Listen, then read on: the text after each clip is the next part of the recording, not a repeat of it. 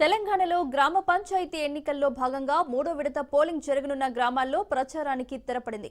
Polling జరగనున్న గ్రామాల్లో సాయంత్రం 5 గంటల నుంచి 163 సెక్షన్ అమలులో ఉంటుందని అధికారులు తెలిపారు. బుధవారం 3752 సర్పంచ్, 28406 వార్డు స్థానాలకు ఎన్నికలు జరగనున్నాయి. ఇప్పటికే పలు పంచాయతీల్లో సర్పంచులు ఏకగ్రీవమయ్యారు. మూడో విడత ఎన్నికల పోలింగ్ కు ఏర్పాట్లు పూర్తి చేశారు. మంగళవారం మండల కేంద్రానికి ఎన్నికల సామాగ్రి పంపిణీ చేయనున్నారు. 5 లేదా అంతకన్నా ఎక్కువ మంది ప్రజలు గుమిగూడి ఉండొద్దని హెచ్చరించారు. 17వ తేదీన పోలింగ్ కౌంటింగ్ పూర్తయి విజేతలను ప్రకటించే వరకు ఆంక్షలు అమలులో ఉంటాయన్నారు. కల్లు, మద్యం దుకాణాలు మూసి ఉంటాయని తెలిపారు.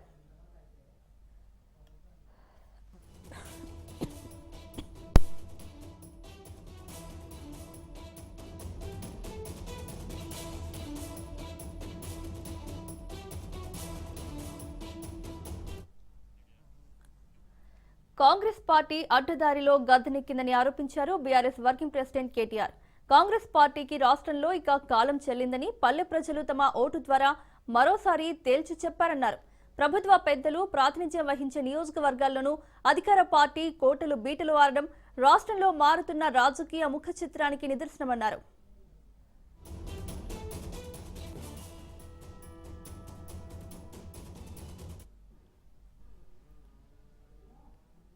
పంచాయతీ ఎలక్షన్ల, సర్పంచ్ ఎలక్షన్ల ముఖ్యమంత్రి తిరగంగా నేత ఎప్పుడు చూడలే. విజయోత్సవాల పేరిట ఏది 2 సంవత్సరాలు నిండినాయి, మేమేదో గొప్పగా నడిపినాం అని చెప్పి విజయోత్సవాల పేరు మీద జిల్లా జిల్లా తిరిగి ముఖ్యమంత్రి గారు కూడా పరోక్షంగా సర్పంచ్ ఎన్నికల్లో ప్రచారం చేశారు. ఇక ఎమ్మెల్యేల బెదిరింపులకైతే ఇక అంతులేదు పొంతులేదు. గెలిపియపోతే చూస్తున్నారు మీరు, ఎమ్మెల్యేలు స్పీచ్లే ఇస్తాను ఓపెన్గా, ఇండ్లియా నా ఇంటి ముంగడికి వస్తే మెడల్ పట్టి నూకుతా అని చెప్పి వాళ్ళు మాట్లాడుతూ ఉన్నారు. అట్లా బెదిరించింది. ఓట్లు వేసినాక మన ఓట్లు కావాలని తీసేసి తీసుకుపోయి మోరిలో వారేసిండ్రు.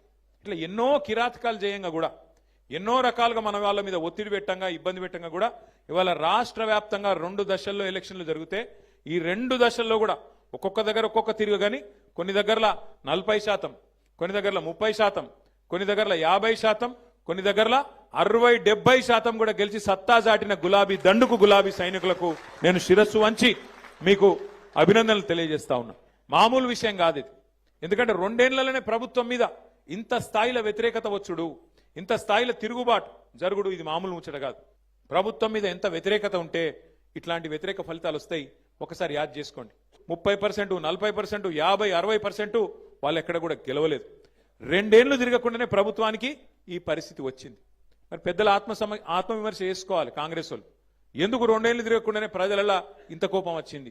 గెలిచిన సర్పంచులు, ఉప సర్పంచులు మీరు ఒక్క విషయం దయచేసి యాద పెట్టుకోండి.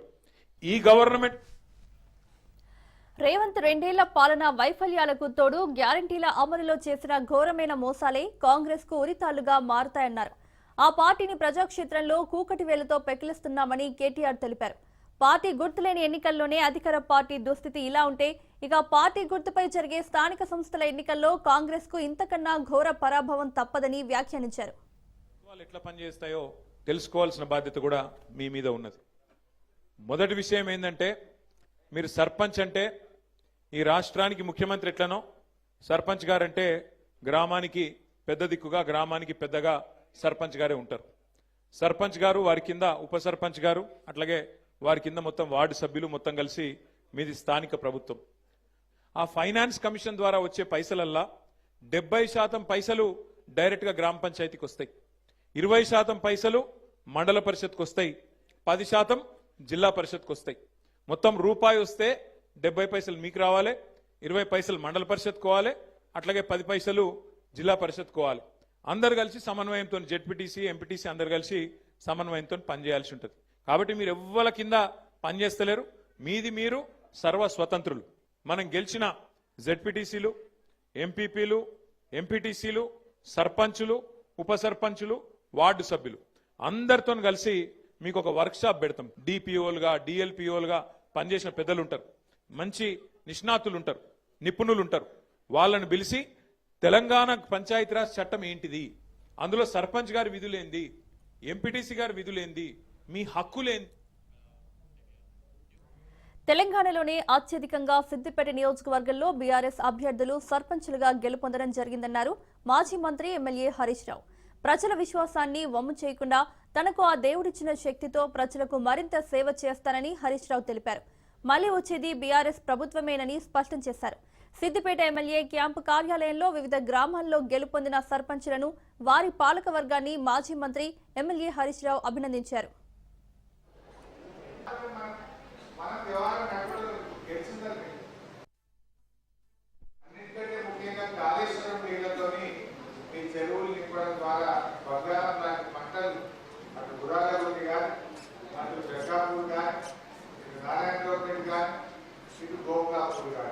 చాలా చక్కగా బంగారం లాగా యాసంగి పంట పండిందంటే కాళేశ్వరం కూడా పిచ్చోడు మూడు కాళేశ్వరం కూలీగా పంట పండుతుందా మీకైతే తెలుసు.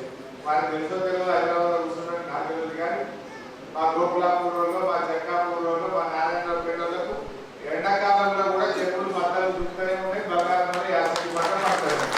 ముఖాన్ని మొగిలి పెట్టి చూడకుండా, కాలం కోసం ఎదురు చూడకుండా, మాకైతే నెత్తి మీద కుండోళ్ళ రంగనాయక సాగర్ ఉన్నది. యాసంగి పంట గేట్లు లాబడతారు, కాలువలో నీళ్ళు వచ్చి పడతాయి, నా బోర్ ఫుల్లుగా పోస్తుంది, నాకు పంట పండుతుంది అనే భరోసా దొరికింది. 1,00,000 ఎకరాల పంట పండుతుంది కానీ యాసంగి మామూలు పంట. ఇంతకుముందు ఎండాకాలం పంట అంటే ఎంత కోసుకుంటున్నారో మీకు తెలుసు. యాసంగి పంట అంటే అసలు నీళ్ళే బోర్లు వేసి బాయి కుడికలు తీసి మన పండిన పంట అంతా బోర్ పొక్కరాలనే పోయి రైతులకు తెలంగాణ ప్రభుత్వం గుడ్ న్యూస్ చెప్పింది. తెలంగాణలో యూరియా కోసం మొబైల్ యాప్ రూపొందించారు. ఇంటి నుంచే యూరియా బుక్ చేసుకునే అవకాశం కల్పించారు. ఈ నెల 20 నుంచి ప్రయోగాత్మకంగా అమలు చేయనున్నారు. ఆదేశాలు జారీ చేశారు మంత్రి తుమ్మల నాగేశ్వరరావు. యూరియా స్టాక్ లభ్యత తెలుసుకునే అవకాశం ఉన్నట్లు తెలుస్తోంది.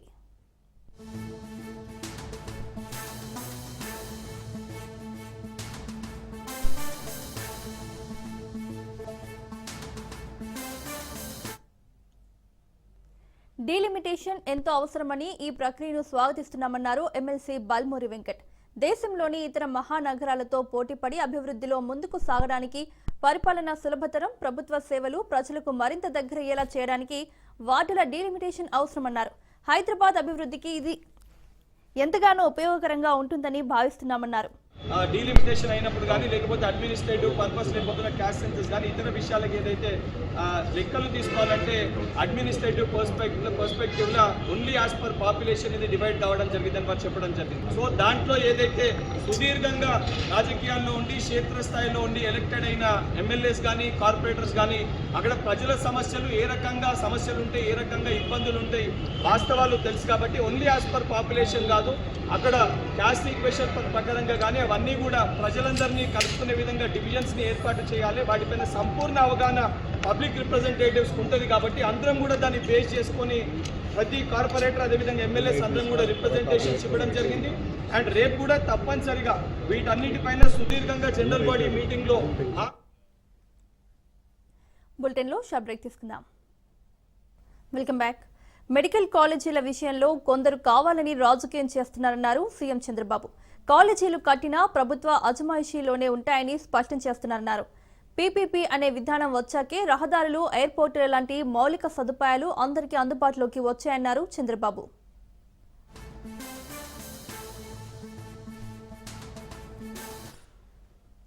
సంపద సృష్టించాలి, ఆదాయాన్ని పెంచాలి, ఉపాధి అవకాశాలు మెరుగుపరచాలి. ఈరోజు మీరు చూసినప్పుడు మెడికల్ కాలేజీలు కూడా కొంతమంది కావాలని రాజకీయం చేసే పరిస్థితికి వస్తున్నారు.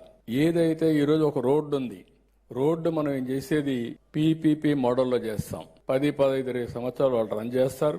రన్ చేసి మళ్లీ ప్రభుత్వానికి అప్పచెప్తారు. అది ప్రభుత్వ ఆస్తి, రన్ చేసేది ప్రైవేటు వ్యక్తులు.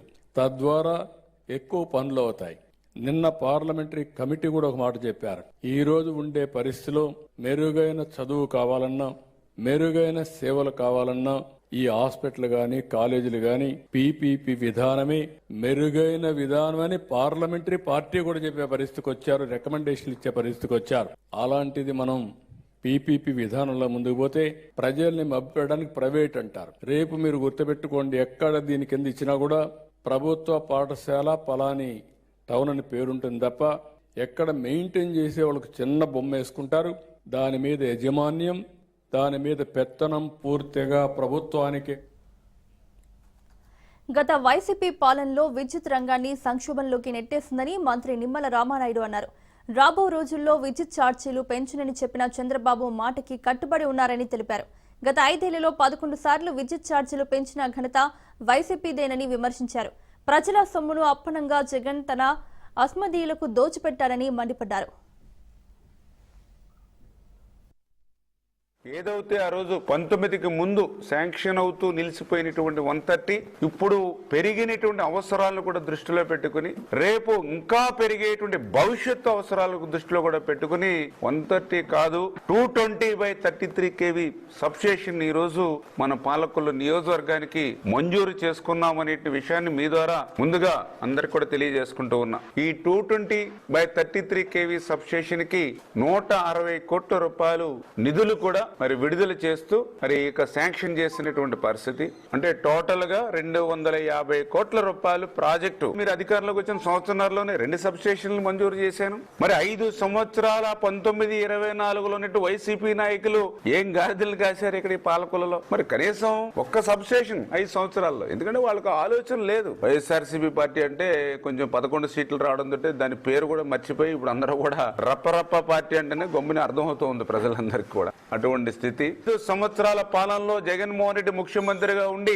ఈ యొక్క పవర్ ప్రాజెక్టులకు సంబంధించిన ఒప్పందాలన్నింటినీ కూడా రద్దు చేసి సంక్షోభంలో నెట్టేసినటువంటి స్థితిలో ఆ రోజు 11 సార్లు 5 సంవత్సరాల పరిపాలనలో 11 సార్లు విద్యుత్ ఛార్జీలు పెంచాడు జగన్మోహన్ రెడ్డి. గత 5 సంవత్సరాల పరిపాలనలో ఒకటే మాట ఇచ్చాం, భవిష్యత్తులో కరెంటు ఛార్జీలు పెంచమని చంద్రబాబు నాయుడు గారు ఇచ్చినటువంటి హామీని ఈ రోజు నిలబెట్టుకుంటున్నటువంటి విషయాన్ని కూడా తెలియజేస్తూ ఛార్జీల్ని భవిష్యత్తులో పెంచకపోవడమే కాదు, మొన్న కూడా ఫస్ట్ టైం 16 పైసలు ఛార్జీల్ని కూడా మనం తగ్గించినటువంటి పరిస్థితి కూడా ఈ ఆంధ్రప్రదేశ్ రాష్ట్రంలో ఉన్నటువంటి స్థితిని కూడా మీ ద్వారా కూడా తెలియజేసుకుంటూ,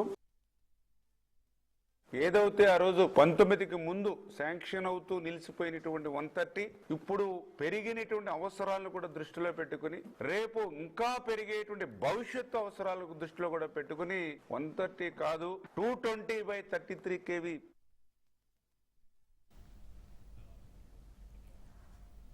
ఏపీలో ప్రభుత్వ వైద్య కళాశాలల ప్రైవేటీకరణను వ్యతిరేకిస్తూ వైసీపీ చేపట్టిన 1 కోటి సంతకాల సేకరణ ఉద్యమం తుది అంకానికి చేరుకుంది. ఈ ఉద్యమంలో భాగంగా సేకరించిన 1 కోటికి పైగా సంతకాల పత్రాలను గవర్నర్కు సమర్పించేందుకు రాష్ట్ర వ్యాప్తంగా జిల్లా కేంద్రాల్లో వైసీపీ భారీ ర్యాలీలు నిర్వహించింది. రాష్ట్రంలోని అన్ని జిల్లా కేంద్రాల్లో వైసీపీ నేతలు, కార్యకర్తలు పెద్ద ఎత్తున నిరసన ర్యాలీలు నిర్వహించారు.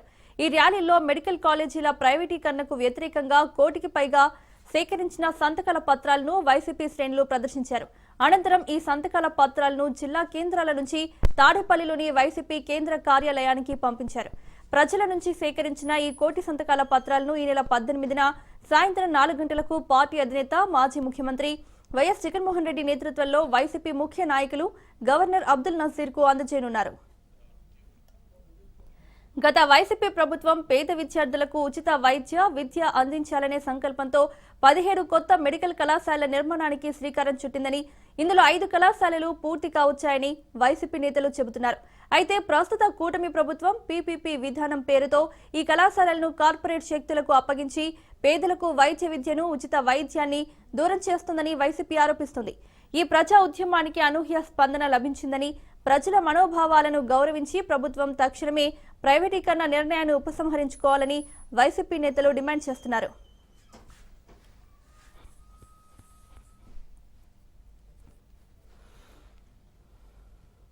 గత 5 సంవత్సరాల్లో ముఖ్యమంత్రిగా ఉన్నప్పుడు గత ప్రభుత్వంలో ఏవైతే 17 మెడికల్ కాలేజీలు ఒకే సమయంలో మంజూరు చేశారో వాటిని కన్స్ట్రక్షన్ కూడా అన్ని కూడా ప్రారంభించేదానికి కూడా అన్ని రకాల చర్యలు తీసుకున్నారు. ఆ విధంగా ఈ భారతదేశంలో ఏ ముఖ్యమంత్రి చేయని విధంగా అదొక చరిత్ర.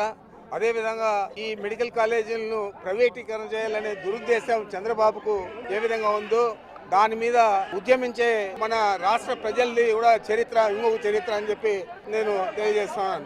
ఎన్నడూ ఈ విధంగా లక్షలాది మంది ఈ ఉద్యమంలో పాల్గొంటూ ఉన్నారు రాష్ట్ర వ్యాప్తంగా. ఇంతకంటే పెద్ద ఉద్యమం ఎప్పుడు కూడా ఈ రాష్ట్రంలో ఏదో ప్రత్యేక ఆంధ్రాను లేదా సమైక్య ఆంధ్రాను ఆ ఉద్యమాలు తప్పితే ఇలాంటి పెద్ద ఉద్యమం ఎప్పుడు రాలేదు. ఇది తప్పనిసరిగా చంద్రబాబు నాయుడు ప్రభుత్వానికి తొలి మెట్టు పడిపోయేదానికి తప్పనిసరిగా అత్యంత ఘోరంగా చంద్రబాబు నాయుడు రాబోయే సార్వత్రిక ఎన్నికల్లో పరాజయం చెందుతాడని నేను భావిస్తా ఉన్నాను.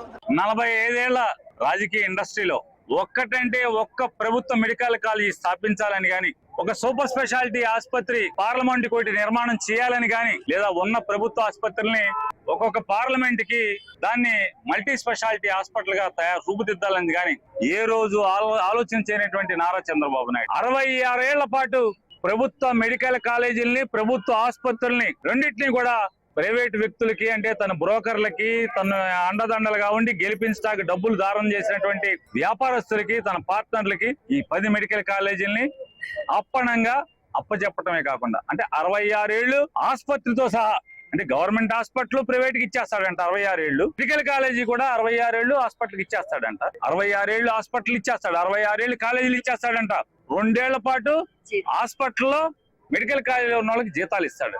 ఇంతకన్నా దోపిడీ విధానం ఇంకేమని చెప్పండి. ఏంటయ్యా అంటే ప్రభుత్వానికి ఏంటయ్యా అంటే ఎకరానికి రూపాయి లీజ్ అండి, సంవత్సరానికి ఎకరానికి రూపాయి లీజ్ తో ఈ హాస్పిటల్ని, మెడికల్ కాలేజీలని ధారాతత్వం చేసేటువంటి కార్యక్రమం. ప్రభుత్వం ఇంత దారుణంగా జగన్మోహన్ రెడ్డి గారు తీసుకున్నటువంటి ప్రతి నిర్ణయం మీద దుర్మార్గంగా వ్యవహరిస్తూ పేదవాడికి ఉచితంగా వైద్య సేవ అందించేటువంటి వైద్య కళాశాలలో చదివేటువంటి అవకాశాన్ని పూర్తిగా కోల్పోయే విధంగా తీసుకున్నటువంటి నిర్ణయానికి వ్యతిరేకంగా మా నాయకుడు తీసుకున్నటువంటి 17 ప్రభుత్వ మెడికల్ కళాశాలల్ని ప్రైవేటు పరం చేస్తున్నటువంటి దానికి నిరసనగా ఈ రోజున పెద్ద ఎత్తున మా నాయకుడు జగన్మోహన్ రెడ్డి గారి నేతృత్వంలో ఉద్యమం జరుగుతున్నది.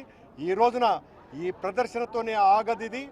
రేపు గవర్నర్కు ఈ కోటి సంతకాలన్నీ ఇచ్చిన తర్వాత ఆ తర్వాత కోర్టుకు వెళ్ళటము, ఆ తర్వాత మరింత ఉధృతంగా మా నాయకుడి ఆధ్వర్యంలో పోరాటాలు చేస్తామని తెలియజేస్తాం. ఈ రోజు రాష్ట్రంలో 175 నియోజకవర్గాల్లో ప్రతి ఇంటికి వెళ్లి ప్రభుత్వ మెడికల్ కాలేజీలు ప్రైవేటీకరించడం మీకు ఓకేనా కాదా అంటే ప్రజలందరూ ముక్త కంఠంతో ఇది ప్రభుత్వమే కట్టాలి, ప్రైవేటీకరణకు మేము వ్యతిరేకమని సంతకాలు చేయడం జరిగింది. కోటి సంతకాల సేకరణ అని పేరుకు మాత్రమే కోటికి పైగా 1,35,00,000 సంతకాలని ఈ రోజు మనం సేకరించగలిగామంటే ఈ ప్రభుత్వం మీద ప్రజలు ఎంత వ్యతిరేకంగా ఉన్నారు, ఈ ప్రభుత్వ మెడికల్ కాలేజీల్ని ప్రైవేటీకరించడాన్ని ప్రజలు ఎలా వ్యతిరేకిస్తున్నారో ఇప్పటికైనా కూటమి ప్రభుత్వం స్పష్టంగా తెలుసుకోవాలని కూడా ఈ సందర్భంగా తెలియజేసుకుంటున్నాం. ఈ రాష్ట్రాన్ని 17 మంది ముఖ్యమంత్రులు పరిపాలిస్తే ఎవరూ చేయనటువంటి విధంగా జగన్మోహన్ రెడ్డి గారు 17 మెడికల్ కాలేజీలకి శ్రీకారం చుట్టాడు. పర్మిషన్స్ తెచ్చి వాటిని కన్స్ట్రక్ట్ చేయడం కూడా జరిగింది.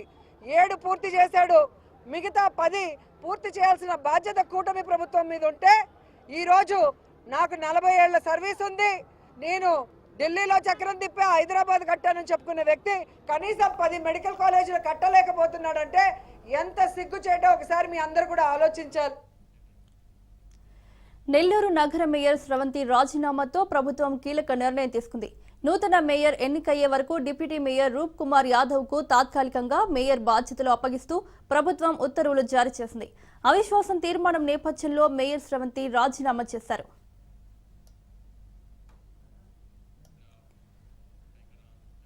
కార్పొరేషన్ పాలనకు ఎలాంటి ఆటంకం కలగకుండా ఉండేందుకు తక్షణమే చర్యలు తీసుకోవాలని నెల్లూరు నగరపాలక సంస్థ కమిషనర్ ప్రభుత్వాన్ని కోరారు.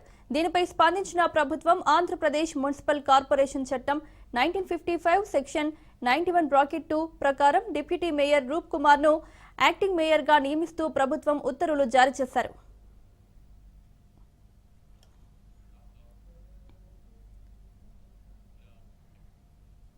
నరసాపురం చెన్నై వందే భారత్ ఎక్స్ప్రెస్ ప్రారంభమైంది. నరసాపురం స్టేషన్ నుంచి కేంద్ర మంత్రి శ్రీనివాస్ వర్మ జెండా ఊపి రైలును ప్రారంభించారు. ఈ కార్యక్రమంలో డిప్యూటీ స్పీకర్ రఘురామకృష్ణంరాజు, బొమ్మిడి నాయకర్, బొలిశెట్టి ఇతర అధికారులు పాల్గొన్నారు. చెన్నై సెంట్రల్ విజయవాడ మధ్య నడుస్తున్న వందే భారత్ నరసాపురం వరకు పొడిగిస్తూ రైల్వే బోర్డు ఆదేశాలు జారీ చేసింది. ప్రస్తుతం చెన్నై సెంట్రల్లో ఉదయం 5:30 బయలుదేరే వందే భారత్ రేణిగుంట, గూడూరు, నెల్లూరు, ఒంగోలు, తెనాలి స్టేషన్ల మీదుగా విజయవాడకు 11:40 చేరుతుంది. ఇకపై ఈ రైలు గుడివాడ, భీమవరం మీదుగా నరసాపురం వరకు సర్వీసులు అందించనుంది.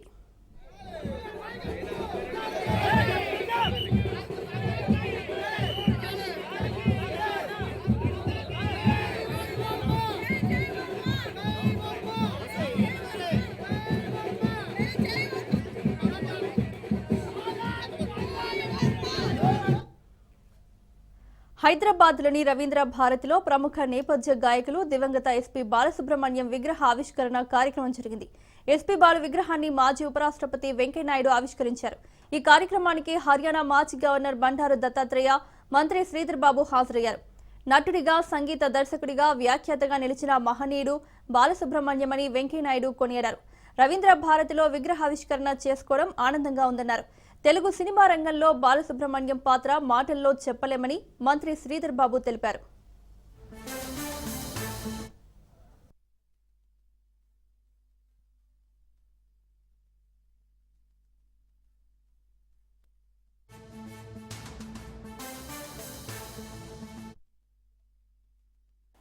ఈరోజు సంగీత ప్రపంచంలో రారాజుగా నిలిచింది. 40,000 పైచిలుకు పాటలు పాడి ప్రపంచ రికార్డు సృష్టించిన మహనీయుడిని మనం అందరం కూడా అభిమానించాలి. ఈరోజు తెలంగాణ రాష్ట్ర ప్రభుత్వం కూడా మరి ప్రతిపాదనగా సంబంధించి వారి విగ్రహ ఆవిష్కరణ గురించి వారి అభిమానులు, వారి శ్రేయోభిలాషులు ఈరోజు ఆ మహనీయుడికి ఒక కులమో, ఒక మతమో, ఒక ప్రాంతమో, దేశానికి సంబంధించిన వ్యక్తి కాదు, ఈరోజు ప్రపంచ స్థాయిలోనే మన తెలుగు జాతి. కామారెడ్డి జిల్లా ఎల్లారెడ్డి మండలంలో దారుణం జరిగింది. పంచాయతీ ఎన్నికల్లో తమపై పోటీ చేస్తారని కోపంతో ఒక అభ్యర్థి కుటుంబంపైకి ట్రాక్టర్ ఎక్కించారు. సోమర్పేట గ్రామంలో జరిగిన సర్పంచ్ ఎన్నికల్లో పాపయ్య, బాలరాజ్ అనే 2 అభ్యర్థులు పోటీ పడ్డారు. ఈ ఎన్నికల్లో పాపయ్య గెలుపొందారు. దీంతో ఎన్నికల్లో తమపైనే పోటీ చేస్తారనే కోపంతో ఎన్నికల్లో గెలుపొందిన అభ్యర్థి తమ్ముడైన చిరంజీవి అనే వ్యక్తి బాలరాజు కుటుంబంపై ట్రాక్టర్ ఎక్కించాడు.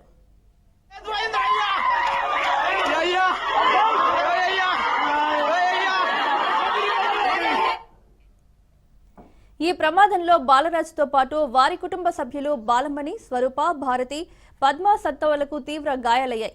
దీంతో వీరిని వెంటనే ఆసుపత్రికి తరలించారు. వీరిలో 3 పరిస్థితి విషమంగా ఉంది. విషయం తెలుసుకున్న పోలీసులు అక్కడకు చేరుకొని కేసు నమోదు చేసుకున్నారు.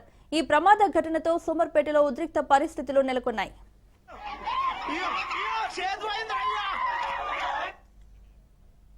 ఐపీఎస్ సంజయ్కి బెయిల్ మంజూరైంది. విజయవాడలోని ఏసీబీ కోర్టు సంజయ్కి బెయిల్ మంజూరు చేసింది. ప్రభుత్వ నిధుల దుర్వినియోగం కేసులో నిందితుడిగా సంజయ్ రిమాండ్లో ఉన్నారు.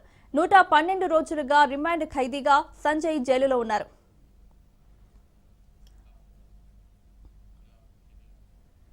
శ్రీవారి ఆలయ మాజీ ప్రధాన అర్చకులు ఏవి రమణ దీక్షితులు రచించిన శ్రీవారి దివ్య ప్రసాదములు పుస్తక ఆవిష్కరణ కార్యక్రమం జరిగింది. TTD chairman B R Naidu camp కార్యాలయంలో ఆవిష్కరించారు. ఈ పుస్తకానికి రచయిత కోట నీలిమ సహా శ్రీ అష్టోత్తర శతచుక్కల చారిటబుల్ ట్రస్ట్ సహకారంతో ఈ గ్రంథాన్ని రాజమండ్రికి చెందిన Gollapudi Veeraswamy son publishers and book sellers ముద్రించారు.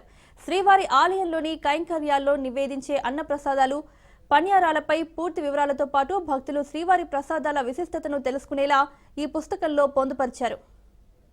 తీతిదే పాలక మండలి అధ్యక్షులు బిఆర్ నాయుడు గారి చేతుల మీదుగా ఆవిష్కరించడం జరిగింది. మన గౌరవనీయ ముఖ్యమంత్రుల వారి ఆధ్వర్యంలో ఎన్నో కొత్త పద్ధతులన్నీ ప్రవేశపెట్టి తిరుమల క్షేత్రం యొక్క పవిత్రతను కాపాడడానికి, కోట్లాది మంది భక్తుల యొక్క సౌకర్యార్థం ఎన్నో మార్పులు చేర్పులు చేస్తున్నారు. తిరుమల శ్రీవారి దివ్య ప్రసాదాలు అనే పుస్తకాన్ని గురించి 2 మాటలు. శ్రీవారికి వైఖాన సాగమౌక్తంగా జరిగే కార్యక్రమాల్లో, కైంకర్యాల్లో, ఆయా వేళల్లో, ఆయా సందర్భాల్లో, ఆయా ఉత్సవాల్లో, ఆయా ఋతువుల్లో, ఆయా మాసాల్లో ఎన్నో రకాలైన. ప్రధాని మోదీ తన 3 దేశాల విదేశీ పర్యటనను ప్రారంభించారు. ఈ పర్యటనలో భాగంగా ఆయన తొలి మజిలీగా జోర్దాన్లోని అమ్మాన్కు చేరుకున్నారు.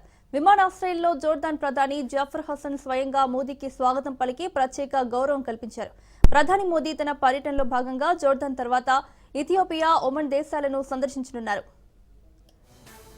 భారత్ జోర్దాన్ మధ్య దౌత్య సంబంధాలు ఏర్పడి 75 ఏళ్లు పూర్తయిన నేపథ్యంలో ఈ పర్యటనకు చారిత్రక ప్రాధాన్యత సంతరించుకుంది. 37 ఏళ్ల సుదీర్ఘ విరామం తర్వాత భారత ప్రధాని ఒకరు జోర్దాన్లో పూర్తి స్థాయి ద్వైపాక్షిక పర్యటన చేపట్టడం ఇదే తొలిసారి. తన 2 రోజుల పర్యటనలో ప్రధాని మోదీ జోర్దాన్ రాజు అబ్దుల్లా ఇబ్న్ అల్ హుస్సేన్తో సమావేశమై ద్వైపాక్షిక ప్రాంతీయ అంశాలపై చర్చించనున్నారు. ప్రధాని జాఫర్ హసన్ యువరాజు అల్ హుస్సేన్ బిన్ అబ్దుల్లాతోనూ భేటీ కానున్నారు.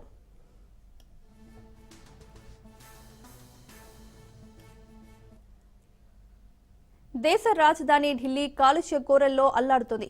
గత కొన్ని రోజులుగా రాజధాని నగరంలో కాలుష్యం ప్రమాదకర స్థాయిలో కొనసాగుతుంది. గాలి నాణ్యత సూచిక తీవ్ర స్థాయిలో నమోదైంది. ఎయిర్ క్వాలిటీ ఇండెక్స్ 450 మార్కును దాటింది. సెంట్రల్ పొల్యూషన్ కంట్రోల్ బోర్డు ప్రకారం అత్యధికంగా అశోక్ విహార్లో AQI 500గా నమోదైంది. ఆనంద్ విహార్, అక్షర్ధామ్ ప్రాంతాల్లో AQI లెవెల్స్ 493గా నమోదయ్యాయి. ద్వారకా ప్రాంతంలో 469, నోయిడాలో 454గా గాలి నాణ్యత సూచిక నమోదైంది.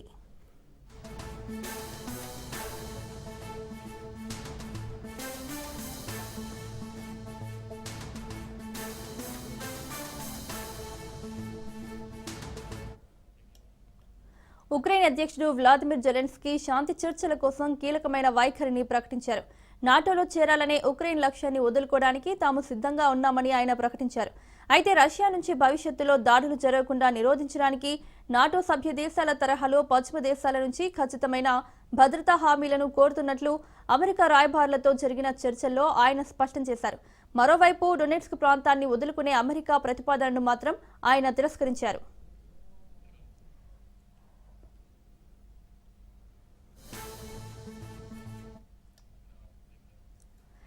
దేశంలో బంగారం, వెండి ధరలు మళ్లీ దూసుకెళ్లాయి. 2 రోజులుగా కాస్త ఉపశమనించినట్లు కనిపించినా ఒక్కసారిగా ఆకాశమే హద్దుగా దూసుకెళ్తున్నాయి. అయితే బంగారం ధరలు మాత్రం బగ్గుమంటున్నాయి. సామాన్యులు సైతం గ్రామ బంగారం కొనాలంటే భయపడే రోజులు వచ్చేశాయి. గడిచిన వారం రోజుల్లో తెలుగు రాష్ట్రాల్లో బంగారం ధరలు చాలా మారిపోయాయి. ఇటీవలి కాలంలో స్థిర ఆదాయం సమకూర్చే కమోడిటీ మార్కెట్ల వైపు మదుపరులు మొగ్గు చూపుతున్నారు. అందులో భాగంగా బంగారం, వెండి ధరల్లో మార్పులు వస్తున్నాయని నిపుణులు చెబుతున్నారు. వెండి ధరలు కూడా భారీ స్థాయిలో దూసుకెళ్లాయి. ప్రస్తుతం తులం బంగారం కొనాలంటే 1,35,000 వరకు చెల్లించుకునే పరిస్థితి ఉంది. దేశీయంగా తులం బంగారం ధర 1,33,000 వద్ద కొనసాగుతుంది. దేశీయ స్టాక్ మార్కెట్ సూచీలు ఫ్లాట్ గా ముగిశాయి. అంతర్జాతీయ మార్కెట్ల నుంచి ప్రతికూల సంకేతాలతో ఉదయం నష్టాల్లో ప్రారంభమైన సూచీలు తర్వాత కాస్త కోలుకున్నాయి. సెన్సెక్స్ 54.30 పాయింట్ల నష్టంతో 85,213.36 వద్ద స్థిరపడగా నిఫ్టీ 19.65 పాయింట్ల నష్టంతో 26,027.30 వద్ద ముగిసింది. డాలర్తో రూపాయి మారకం విలువ 90.74గా ఉంది.